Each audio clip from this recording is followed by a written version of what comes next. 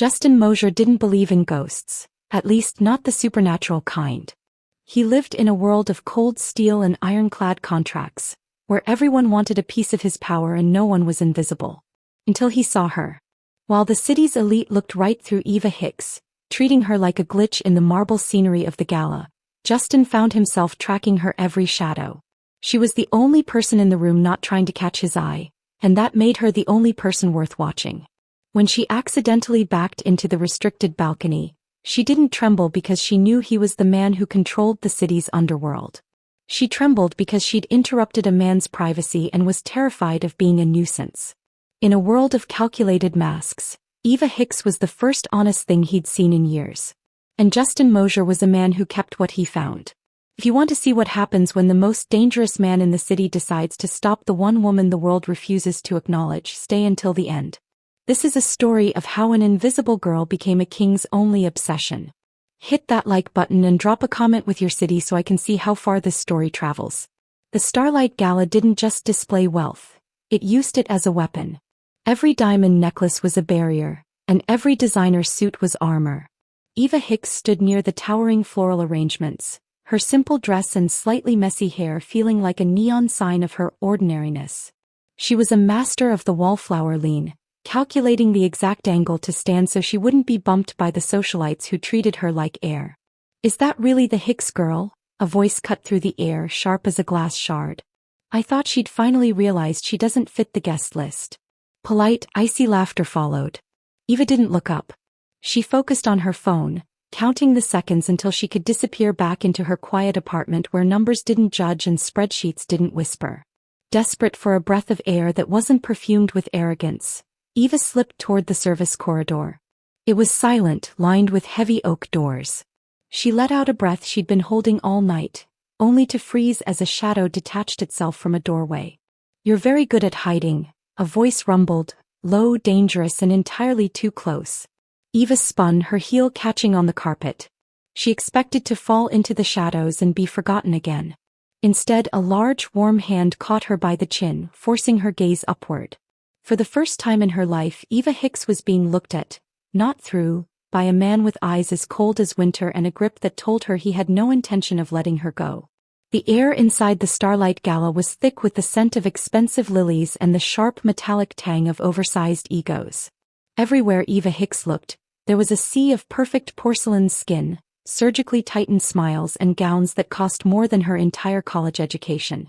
She felt like a smudge of charcoal on a pristine white canvas. Her dress was a simple midnight blue silk she'd found at a consignment shop, elegant in its restraint, but hopelessly plain compared to the feathered and sequined armor of the city's elite. Even her hair, a wild cascade of chestnut waves, refused to stay pinned in the severe slicked-back style that seemed to be the unofficial uniform of the night. Every few minutes, a stray lock would escape its bobby pin, curling rebelliously against her neck, a tiny, frantic reminder that she didn't belong here.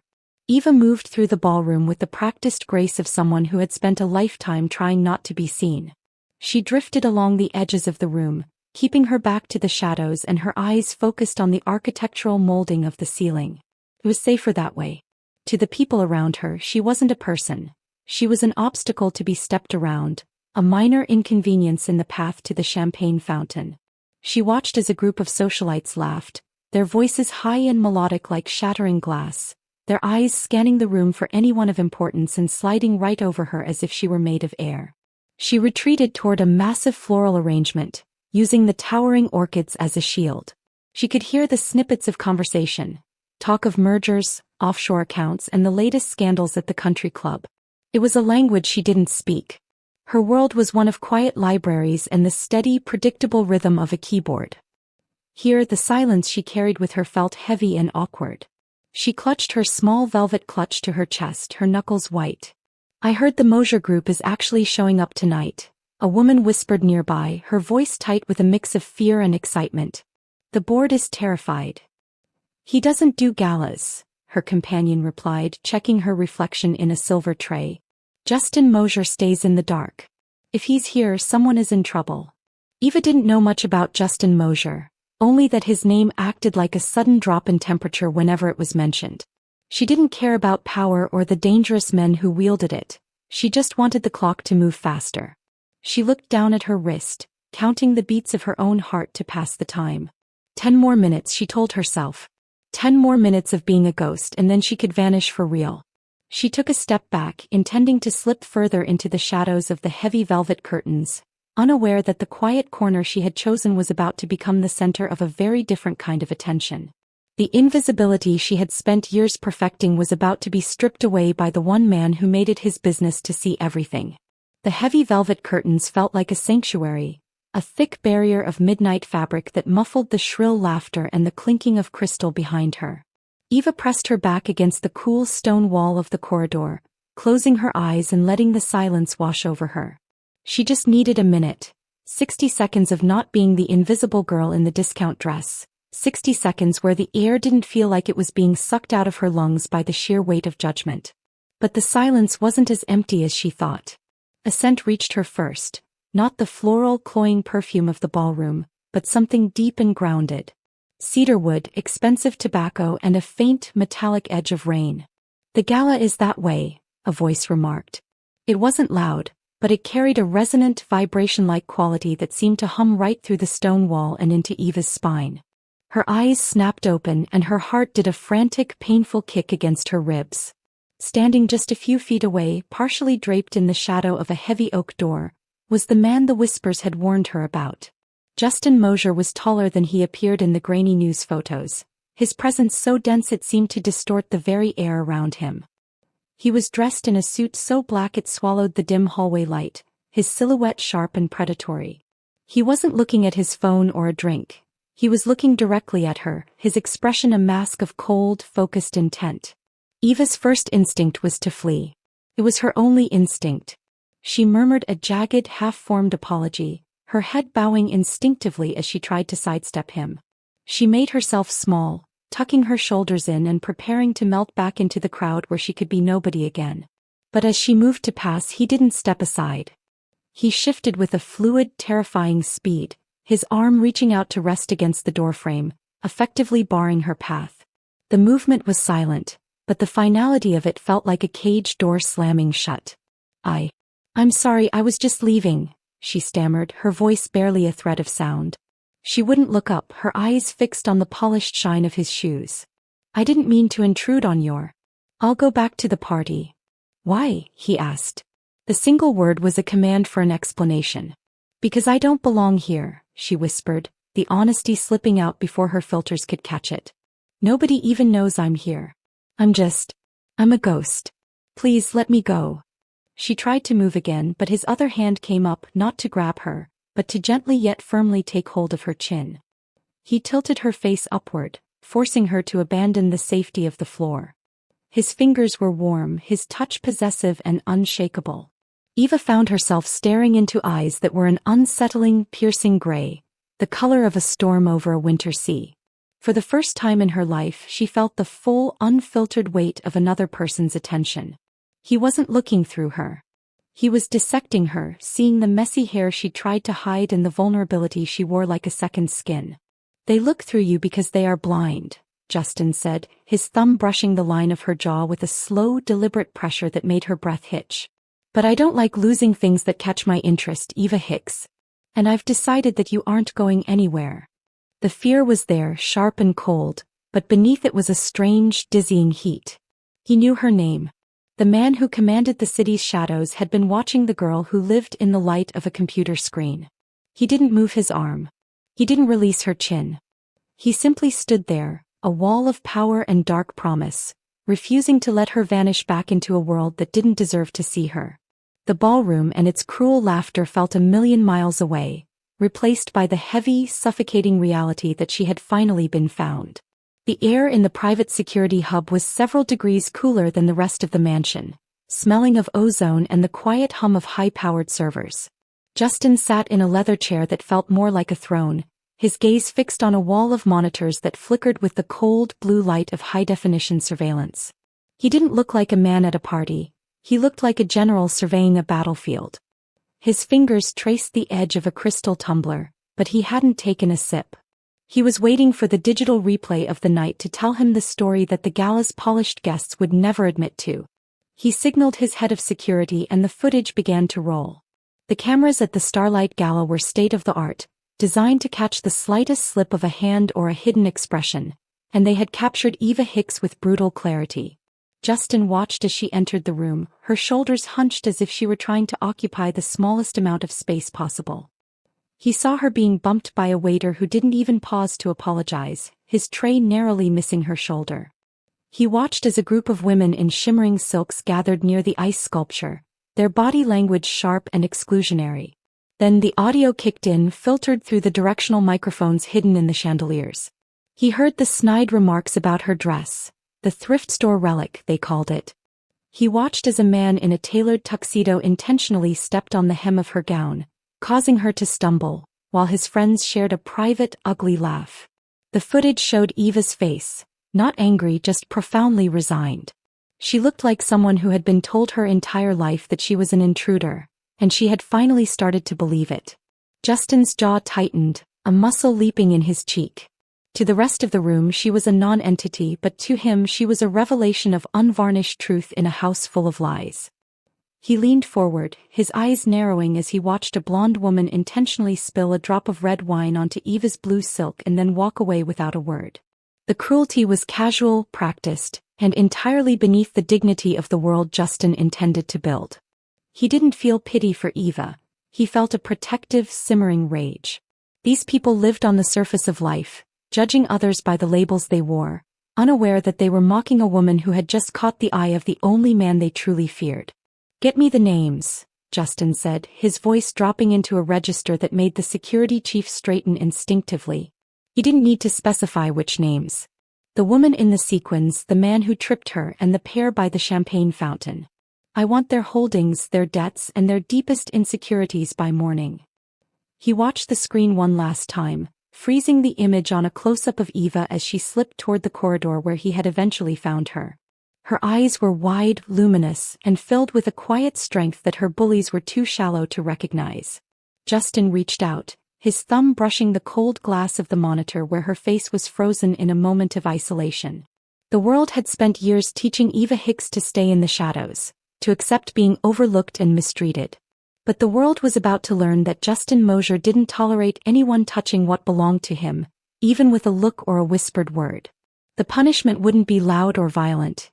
It would be systematic, a slow stripping away of the social status they used as a shield, until they understood exactly what it felt like to be invisible.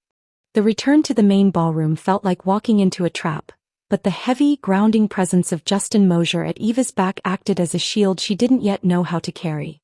The crowd parted like a dark, shimmering sea, the laughter dying in throats as Justin led the timid girl toward a central table that had been cleared of its previous occupants. He pulled out a chair, not for a business partner or a fellow titan of industry but for her. Eva sat, her fingers trembling as they brushed the white linen, feeling the weight of 1,000 stares that were no longer looking through her, but burning into her with a mixture of shock and suppressed terror. Justin didn't sit immediately. He remained standing, a hand resting casually on the back of Eva's chair in a gesture of absolute possession. He signaled to the very group of socialites who had been mocking Eva's dress only an hour prior, the woman in the shimmering sequins and the man who had intentionally tripped her. His voice, when he spoke, was a low, melodic threat that commanded the attention of the entire quadrant. He didn't ask, he dictated. He informed them that the waitstaff was occupied and that, as a gesture of high society hospitality, they would be the ones to serve Miss Hicks her dinner. The silence that followed was thick with the scent of humiliation. The woman in sequins turned a shade of pale that matched her pearls, her mouth opening to protest, only to snap shut when she met Justin's cold, gray gaze. There was no room for negotiation in his expression. One by one, the people who had treated Eva like air were forced to become her servants.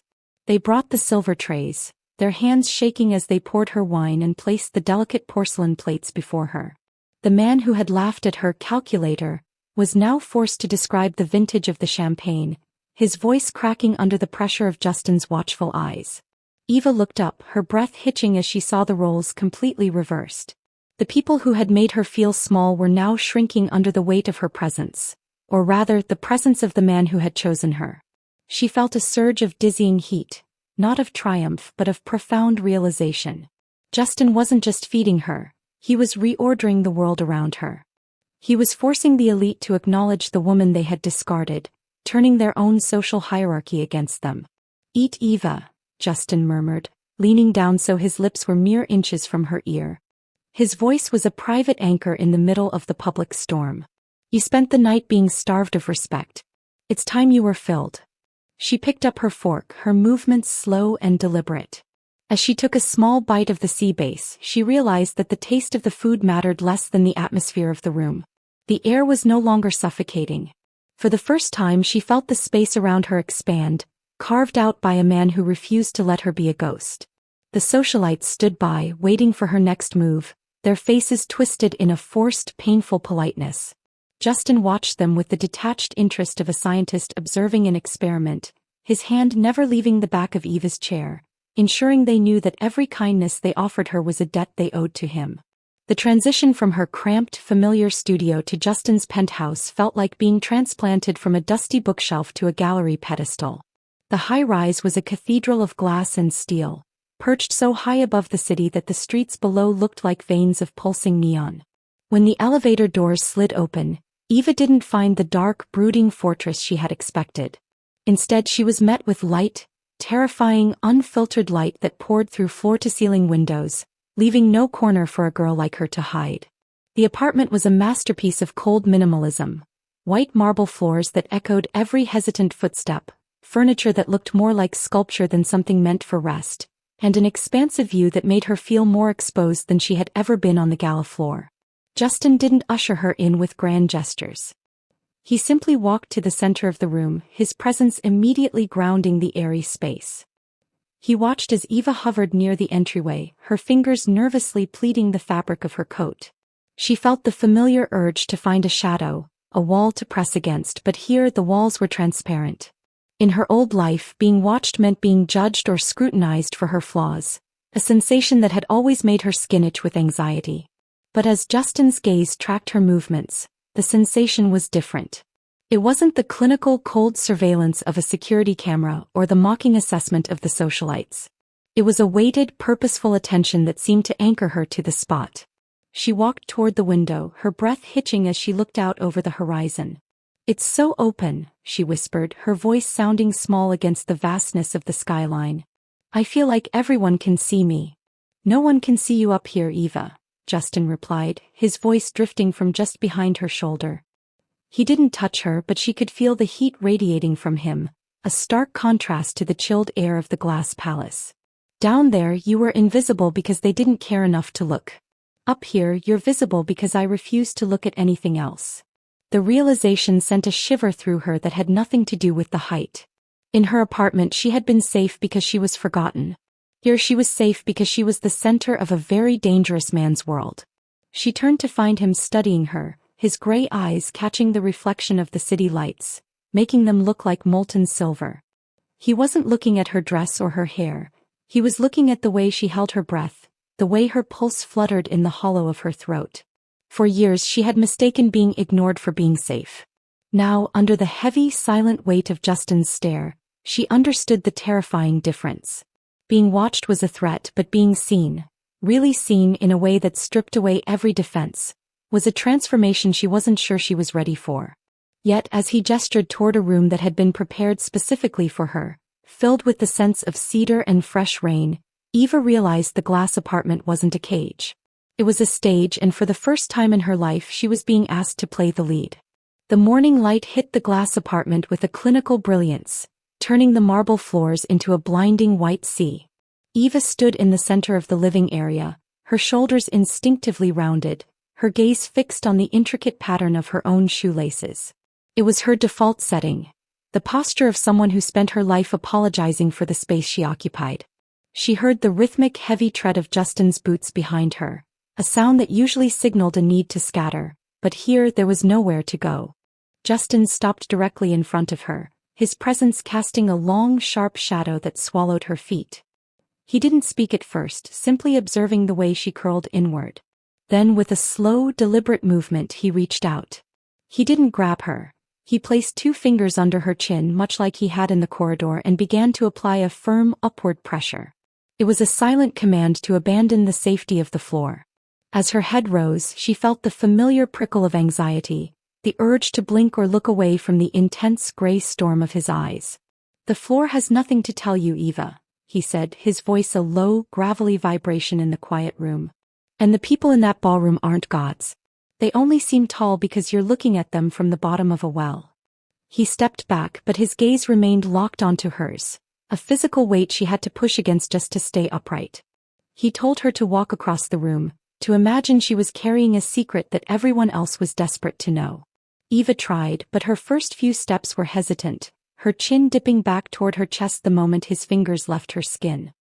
He stopped her immediately, his hand catching her shoulder. The touch wasn't aggressive, but it was unyielding. He adjusted the line of her back, his palm flat against her spine, forcing her to straighten. "When you look away, you give them permission to discard you," Justin murmured, his face inches from hers. "In my world, silence is a weapon, but looking down is a surrender. I don't keep people who surrender." The harshness of his words stung, but the heat in his eyes told a different story. He wasn't criticizing her, he was arming her. He made her stand there for what felt like hours, simply holding his gaze. At first, her eyes burned and her heart hammered against her ribs like a trapped bird. But slowly the panic began to subside, replaced by a strange, newfound spark of defiance. She realized that by looking at him she was seeing the small lines of weariness around his eyes, the subtle tension in his jaw, things she would have missed if she were staring at the rug. She was no longer just a recipient of his power. She was a witness to it. By the time he finally stepped away, Eva's neck ached and her legs felt heavy, but she remained standing tall. Her chin stayed level and her eyes didn't dart to the shadows. Justin watched her for a long moment, a ghost of a smile touching the corner of his mouth, a look that was neither cold nor predatory but deeply, unsettlingly proud. He had taught her the most dangerous lesson of all, that she had the right to look back. And as he walked toward his office, Eva didn't watch his feet. She watched the way he moved, her eyes steady and clear, finally beginning to understand that the girl who was looked through was gone, replaced by someone who was learning how to stare back at the world until it blinked first. The sun had begun to dip below the city's jagged horizon, casting long amber streaks across the glass apartment that blurred the line between the sky and the sanctuary. In the hours following her lesson, the air between them had shifted from the clinical cold of a mentor and student to something far more intimate and difficult to define. Justin had retreated to the far corner of the living area, shedding his suit jacket and unbuttoning the top of his shirt as if the weight of his own authority was finally beginning to chafe. For the first time, Eva saw the man beneath the armor. His movements were slower, stripped of the performative dominance he wore like a second skin in the presence of his enemies. Eva approached him cautiously, her footsteps muffled by the thick rug. She found him standing by a small minimalist bar, his back to her, his shoulders rising and falling with a heavy, weary breath. When he turned, the sharp, predatory focus that usually defined his face had vanished. The icy gray of his eyes hadn't changed, but the storm within them had calmed into something softer, almost vulnerable. The harsh line of his jaw, which always seemed set for a fight, was relaxed. He looked less like a king and more like a man who had spent too long carrying the weight of a crown he never asked for. "You're still standing tall," he remarked, his voice losing its gravelly edge and softening into a low, private murmur. "It's easier when there's no one else to see," Eva admitted, her voice matching his tone. She took a tentative step closer, noticing the way the dim light caught the exhaustion etched into the corners of his mouth. Justin didn't offer a command or a lesson. Instead, he reached out, his hand hovering for a fraction of a second before his knuckles gently grazed the curve of her cheek. The touch was devoid of the possessive iron grip he used in the hallway or at the gala. It was light, almost questioning. As his gaze searched hers, Eva realized that the steel the world saw, the ruthlessness that made men tremble, was a wall he built to protect this specific quiet softness. Here in the golden hour of the penthouse, the Mafia boss had disappeared, leaving behind someone who seemed genuinely surprised by the warmth of another human being. She didn't pull away. Instead, she leaned into the touch, her own hand rising to cover his. She felt the calluses on his palms, the scars of a life lived in the dark, but beneath them his pulse was steady and calm. For a long moment the silence of the high-rise wasn't empty. It was full of the things they couldn't yet say. In the world below, he was a monster to be feared and she was a ghost to be ignored. But in this shared space, those roles didn't exist. The man of steel had melted, revealing a heart that beat with a desperate hidden need to be seen for more than his power, and the timid girl had found the strength to look into the center of his storm and stay. The sanctuary of the glass apartment felt 1,000 miles away when Justin stepped into the back room of the Old Harbor Social Club. Here the air was not filled with the scent of cedar and rain, but with the stale odor of cheap gin and the heavy, suffocating weight of tradition. 3 men sat around a circular table beneath a low-hanging lamp that cast their faces into sharp, cavernous shadows. These were the pillars of the old guard. Men who had built their empires on the singular belief that any attachment was a target, and any emotion was a death sentence. "We heard about the gala, Justin," the eldest of them remarked, his voice like dry parchment rubbing together. He didn't look up from the cigar he was meticulously clipping. "A lot of people are talking. They say you spent the most important night of the quarter playing waiter to a girl who looks like she drifted in from a community college library." Justin didn't sit. He stood in the doorway, his silhouette cutting a jagged line against the dim light, his expression returning to that impenetrable mask of cold steel. The softness he had shared with Eva only hours before was locked away behind a vault of calculated indifference. "My business with the gala guests was concluded," Justin replied, his tone as sharp and clinical as a scalpel. "What I do with the rest of my evening is my concern." "It becomes our concern when it looks like a fixation," another man interjected, leaning forward until the light revealed a jagged scar running along his jaw. "She has no pedigree. No family connections. She's a liability in a polyester dress. The syndicate thrives on the image of the untouchable leader. When you start elevating a nobody, you show the world you have a soft spot. And a soft spot is where the knife goes in." The room grew unnervingly still. Justin's eyes narrowed, the gray depths turning to flint. He didn't move a muscle, yet the air in the room seemed to drop 10 degrees. He let the silence stretch, forcing them to sit in the discomfort of their own audacity. He knew exactly what they were doing, testing the perimeter of his new obsession, looking for the crack in the armor they had respected for a decade. "Eva Hicks isn't a liability," Justin said finally, his voice dropping into a low, terrifying register that made the man with the scar shift in his seat. "She is a reminder that I take what I want regardless of what the pedigree dictates. If you're worried about my image, worry about how it will look when I decide that this table is getting too crowded with men who have forgotten their place." He turned on his heel before they could respond, the heavy oak door clicking shut behind him with a finality that echoed through the hall. But as he walked toward his car, the cold wind off the harbor biting at his face, the shadow of the syndicate lingered. They were right about one thing: the world was now watching her. He had pulled Eva out of the safety of her invisibility and placed her directly in the crosshairs of a world that didn't believe in mercy. As he looked up toward the glowing light of his penthouse in the distance, Justin realized that protecting her wouldn't just mean teaching her how to hold her head up. It would mean being prepared to burn down the very empire he had built to keep her safe. The elevator doors hissed open, but the man who stepped out into the glass apartment was a stranger to the one who had left it that morning. Justin didn't walk with his usual measured, predatory grace.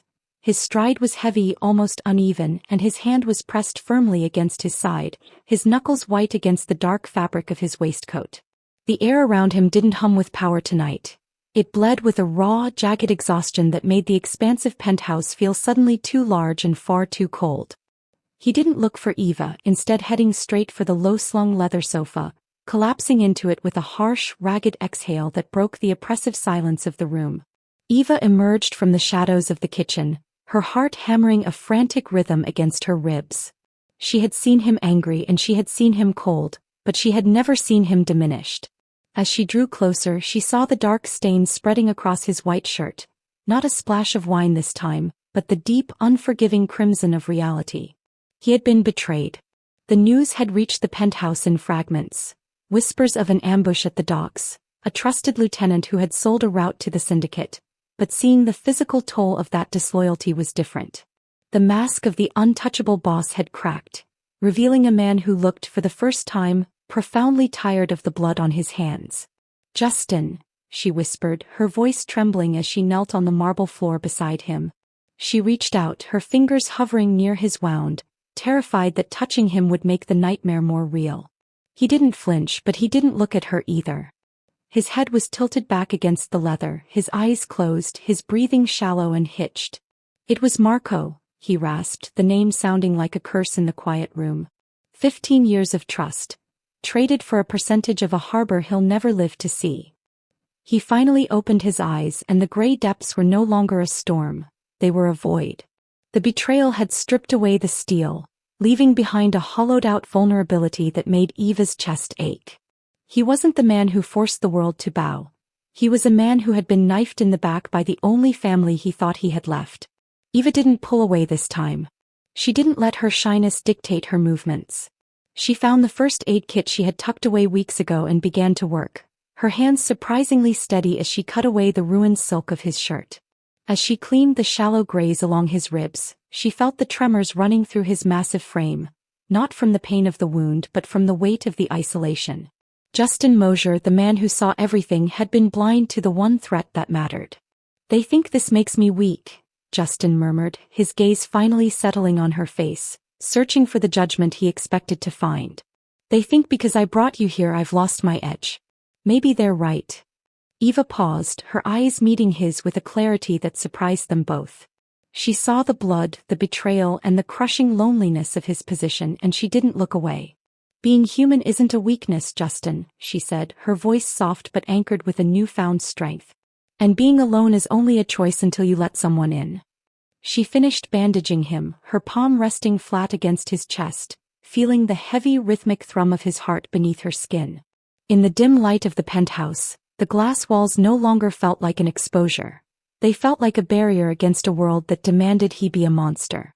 For a long, silent moment, Justin leaned forward, resting his forehead against her shoulder, his breath warm against her neck.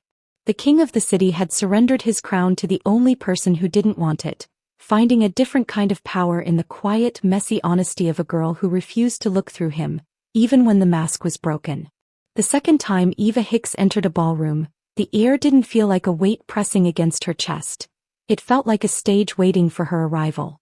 The setting was the Obsidian Foundation Gala, an event even more exclusive and dangerous than the last, where the city's true power brokers gathered to trade favors in the dark. Eva wore a gown of liquid silver that clung to her frame like a second skin, her chestnut hair swept up in a sophisticated crown that left her neck and jawline elegantly exposed. There were no bobby pins failing her tonight, and there was no wallflower lean. Beside her, Justin Mosier moved with the silent, heavy grace of a storm cloud, his hand resting firmly on the small of her back, a touch that was both a shield and a claim. As they stepped onto the marble floor, the transition was instantaneous. The conversational hum of the room didn't just dip, it died. The same socialites who had laughed at her discount dress weeks ago now stood frozen, their champagne flutes arrested halfway to their lips. Justin didn't lead her to the edges of the room or toward the shadows of the floral arrangements. He walked her directly into the center of the light, his presence commanding a perimeter of respect that no one dared to breach. Eva felt the familiar prickle of 100 eyes on her, but this time she didn't look at her shoes. She kept her chin level, her gaze steady, practicing the lesson Justin had carved into her soul. When a prominent developer's wife, a woman who had once literally stepped over Eva to reach a buffet tray, tried to offer a tight, nervous smile, Eva didn't blink. She met the woman's eyes with a cool, detached recognition that mirrored Justin's own steel. She wasn't playing a part. She was occupying the space she had been given, and for the first time, she saw the flicker of genuine uncertainty in the eyes of the elite. They weren't looking through her anymore. They were looking at her with a frantic, desperate need to understand how the invisible girl had become the sun around which Justin Mosier orbited. Justin leaned in, his voice a low, private vibration that only she could hear, though his eyes remained fixed on the room at large. "Do you see them, Eva? They're trying to find the girl they ignored. But she's not here." He guided her toward a circle of men who controlled the city's infrastructure, men who usually spoke only to each other. As they approached, Justin didn't wait for an introduction. He simply placed a hand on Eva's shoulder, a gesture that forced every man in the circle to cease their conversation and acknowledge her. "Gentlemen," Justin said, his voice dropping into that terrifyingly calm register. I believe you've met Miss Hicks, though I understand your memory was somewhat clouded at the last event. I trust that won't happen again.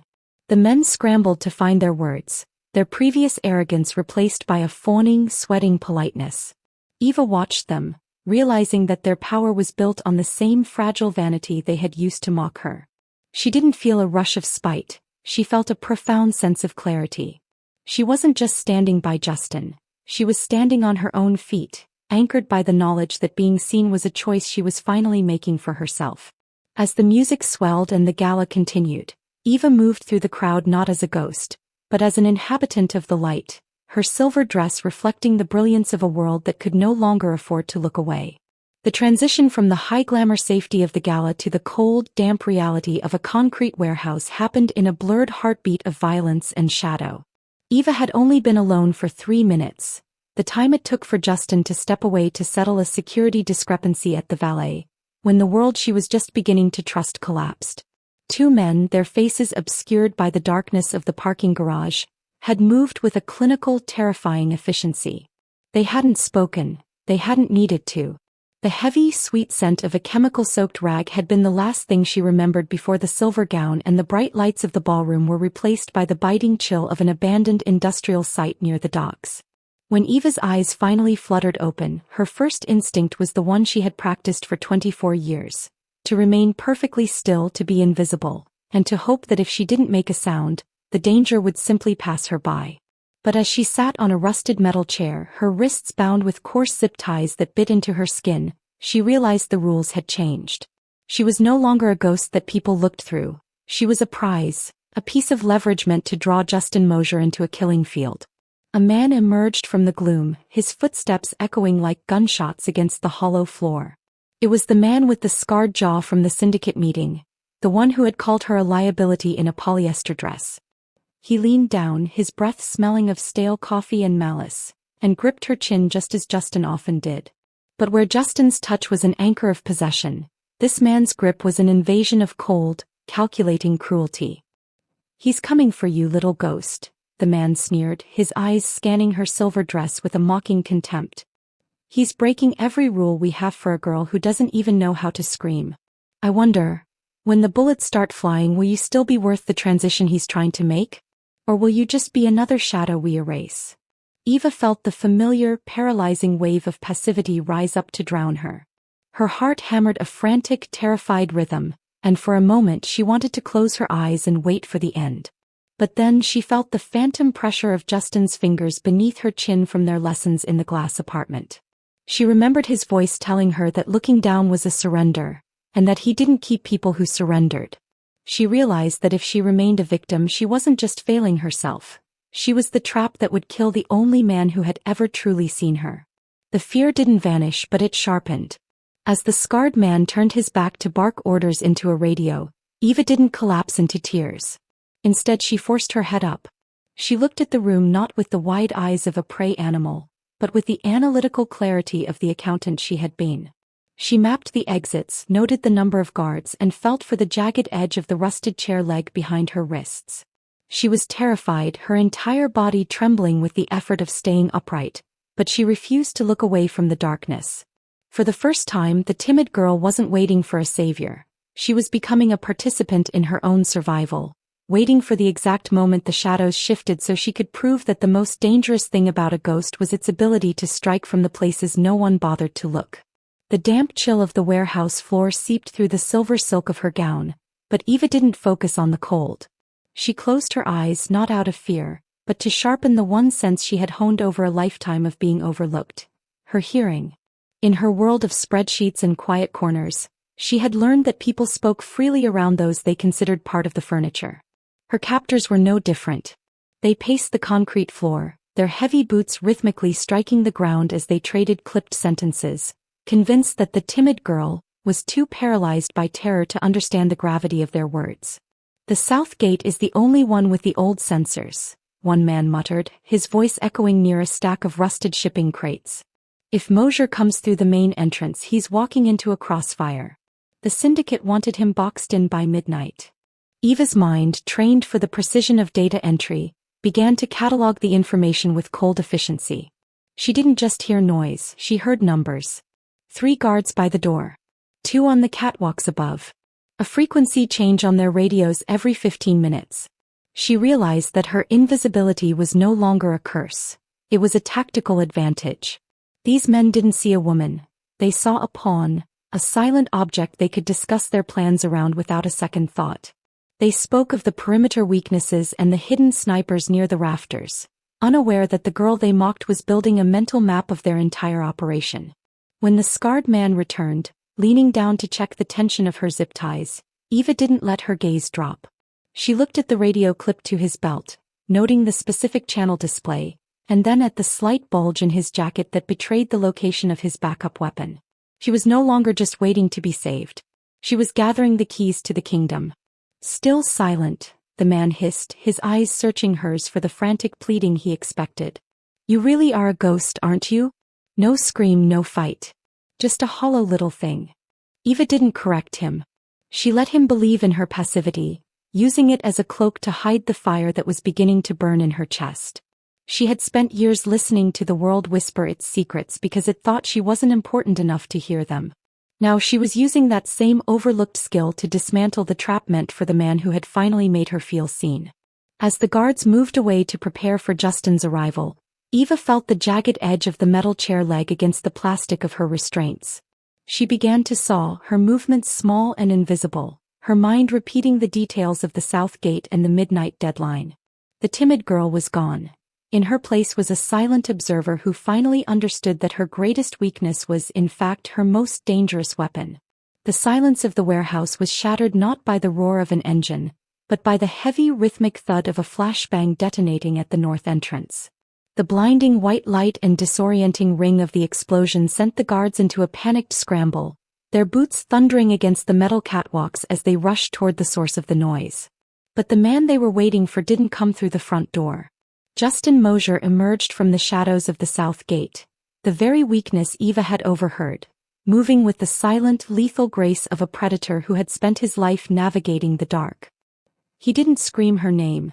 He moved with a cold, terrifying efficiency, a silenced weapon in his hand and a look in his eyes that suggested he was prepared to burn the entire city to the ground to find her. However, when he reached the center of the warehouse, the sight that met him stopped him in his tracks. The rusted chair where Eva had been bound was empty. The plastic zip ties lay on the floor, jaggedly severed by the sharp edge of the metal leg she had weaponized. He followed the trail of silver silk through the gloom, his heart hammering against his ribs in a way that had nothing to do with the tactical adrenaline of the raid. He found her 10 yards away, hidden behind a stack of industrial crates. She wasn't cowering or weeping. She was holding the heavy radio she had snatched from the scarred man during the initial confusion of the breach, her fingers trembling but her gaze fixed on the exit. "Eva," he breathed, the name sounding like a prayer and a plea all at once. She spun around, the silver of her dress catching the strobing light of the distant tactical team. For a moment the terror returned to her eyes, but when she saw him, it was replaced by a look of fierce, unyielding relief. She didn't wait for him to reach her. She took the final steps herself, closing the distance that her own passivity had created over a lifetime. She threw herself into his arms, her head buried against the cold, tactical vest he wore, but her grip was strong, anchored by the knowledge that she had played her part in this rescue. "The South Gate," she whispered against his neck, her voice small but clear. "They didn't think I was listening, Justin. I knew you'd come through the back." Justin pulled back just enough to frame her face in his hands, his thumbs brushing away the smudge of oil on her cheek with a tenderness that defied the violence of the room around them. He looked at her, really looked at her, and saw the transformation. The timid girl who had been afraid of a dry cleaning bill was gone. In her place was a woman who had used her invisibility as a blade. He felt a surge of pride so potent it eclipsed his rage. He didn't ask her if she was okay. He could see the answer in the way she held her head up, even in the middle of a war zone. "I came to save you," Justin murmured, his voice thick with a raw, unshielded emotion. "But it seems you were already on your way to me." He tucked her under the protection of his arm, his weapon raised but his body positioned to take any blow meant for her. As the syndicate's men realized they had been flanked, Justin didn't offer them the mercy they expected. He showed them a different kind of power, the power of a man who had finally found the one thing worth protecting more than his reputation. They moved toward the exit, the silver dress a beacon in the darkness, two people who had once lived in the shadows and the light, now walking together through the smoke of a world that would never look through either of them again. The transition began not with a grand announcement, but with a series of quiet surgical strikes against the very foundation of Justin's power. In the weeks following the warehouse rescue, the glass apartment became a command center for a different kind of war, one where the objective wasn't to expand an empire but to dissolve it. Justin spent his nights hunched over leather-bound ledgers and encrypted drives, his face illuminated by the cold blue light of the monitors, systematically rerouting supply lines and liquidating offshore assets. He was dismantling a legacy of blood and fear, brick by digital brick, knowing that every move he made toward the light put a larger target on his back.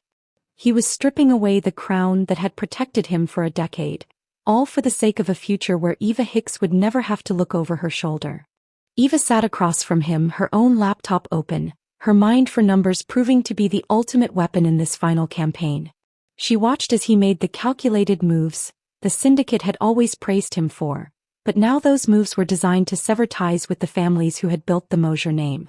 The air in the penthouse was thick with the scent of high-stakes tension and the constant rhythmic ticking of a clock they were both trying to outrun.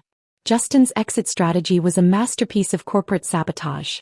He was turning his criminal enterprises into legitimate holdings, siphoning the profit into foundations and clean tech, leaving the syndicate with nothing but empty shells and paper trails that led to dead ends. "They'll realize what you're doing soon," Eva whispered one evening, her eyes scanning a complex web of shell companies they had just untangled. "The transition, it's making you vulnerable, Justin. You're giving up your teeth." Justin looked up, the lines of exhaustion around his eyes deepening in the dim light. He reached across the table, his hand finding hers and squeezing with a quiet, desperate intensity. "I don't need teeth to protect you, Eva. I need a world where I don't have to bite." He stood and walked to the floor-to-ceiling windows, looking down at the city he had ruled through intimidation. "The syndicate thinks power is about how many people fear you. I used to believe that too. But the moment I saw you, the moment I realized I'd rather lose the city than lose the way you look at me, the crown became too heavy to wear." The danger was palpable, a low-frequency hum that vibrated through the glass walls. They were living on borrowed time, waiting for the moment the old guard realized their king was abdicating. But as Justin worked, he no longer looked like a man preparing for a defeat. He looked like a man preparing for a birth. He was shedding the Mafia boss persona like a suit of rusted armor, revealing the man Eva had glimpsed in the golden hour, a man who wanted nothing more than a quiet life and the freedom to stay by her side. The exit strategy was dangerous and the cost would be astronomical, but as he turned back to the ledgers, Justin's gaze was steady and clear. He was dismantling his world to save hers, proving that the greatest act of power wasn't taking a life, but having the courage to walk away from everything to protect the only person who made that life worth living. The years that followed were not defined by the shadows of the past, but by the brilliant, steady light of a life built on purpose rather than power. The glass apartment and the cold marble of the city had long been replaced by a sprawling coastal estate where the air smelled of salt spray and blooming jasmine, far from the suffocating weight of the syndicate's reach.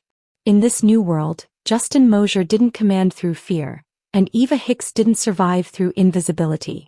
They had built a different kind of empire, a legitimate legacy of investment and philanthropy that had revitalized the very harbor where they had once faced their darkest night. Here the only ledgers that mattered were the ones documenting growth, community, and the quiet, everyday triumphs of a family that had earned its peace. Eva stood on the wide wooden deck, watching the sunset dip into the ocean, casting the same amber streaks across her face that Justin had once admired in their penthouse sanctuary. Her hair was loose, blowing freely in the breeze, and she wore a simple sundress with the confidence of a woman who finally knew she deserved to occupy the space she stood in. She no longer looked for shadows to hide in, she had become the light that guided their home. When she heard the heavy, familiar rhythm of Justin's footsteps behind her, she didn't startle or look away. She turned, her chin level and her gaze steady, meeting the gray eyes of a man who had successfully traded his crown for a life that was real. Justin approached her, his frame still massive and imposing, but the predatory edge had softened into a deep, unshakable contentment. He didn't reach for her with the iron grip of a boss, but with the gentle, lingering touch of a partner. He leaned against the railing beside her, his hand covering hers, the scars on his knuckles now a part of a history that no longer dictated his future.